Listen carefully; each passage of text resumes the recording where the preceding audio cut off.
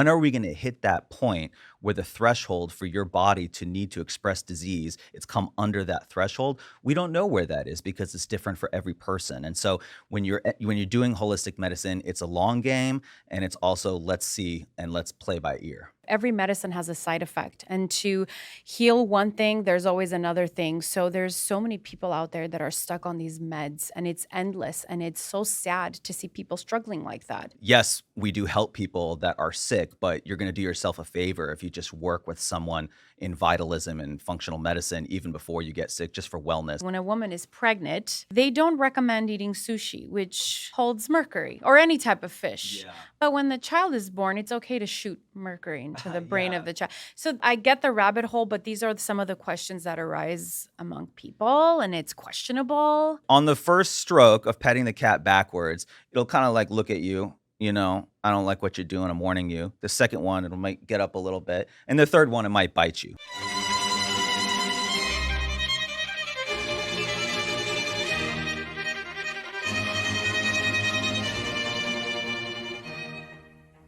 Hello, everyone. Today's episode was very interesting. I had on a gut doctor.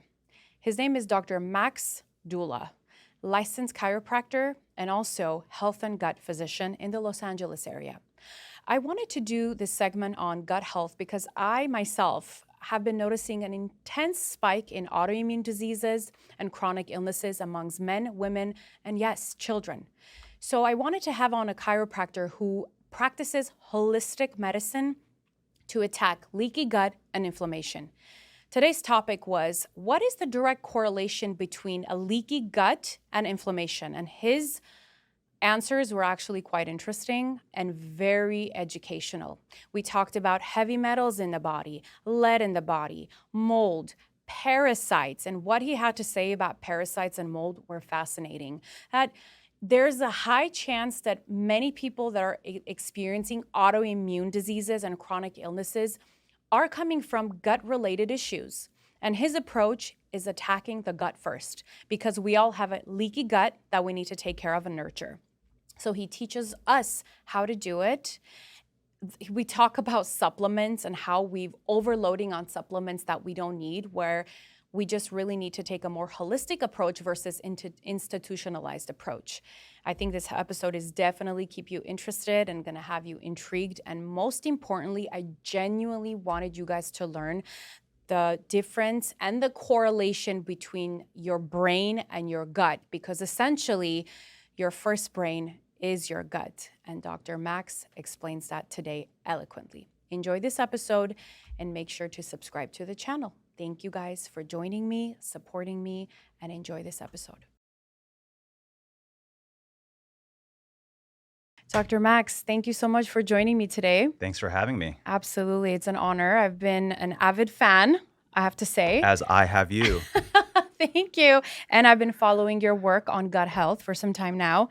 And I have to say, I'm fascinated, because I don't think that a lot of people know that the first brain is our gut.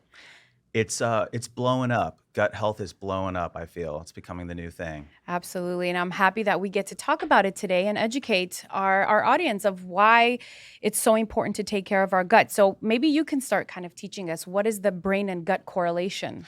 Oh, well, there's a lot. I think most people, when they think of the gut-brain connection, they think of the vagus nerve, just by the Yes. fact the vagus nerve is a cranial nerve, and it innervates a lot of organs that regulate our autonomic nervous system, which is the part of the nervous system that we don't consciously control.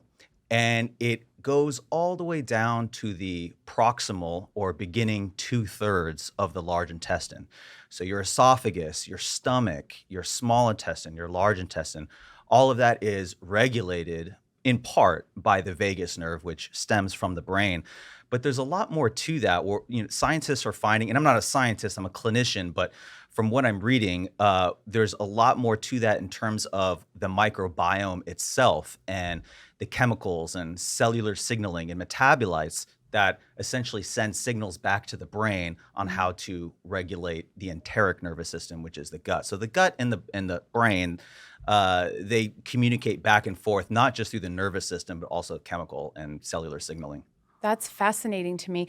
This is actually wild, but I have heard so many clinicians, psychiatrists heal depression with their patients from just attacking the gut and Oh, are trying they to. doing that now? Yes. Oh, I didn't and know it's that. it's fascinating Stepping to on me. my turf. Literally. And it's crazy because it works. That they've healed. Uh-huh. I've read so many articles on this that depression can be healed from the gut. Yes. Sometimes it's like a gut issue there. Absolutely. I mean, up to 80 to 90% of our serotonin Yes. is produced in our gut.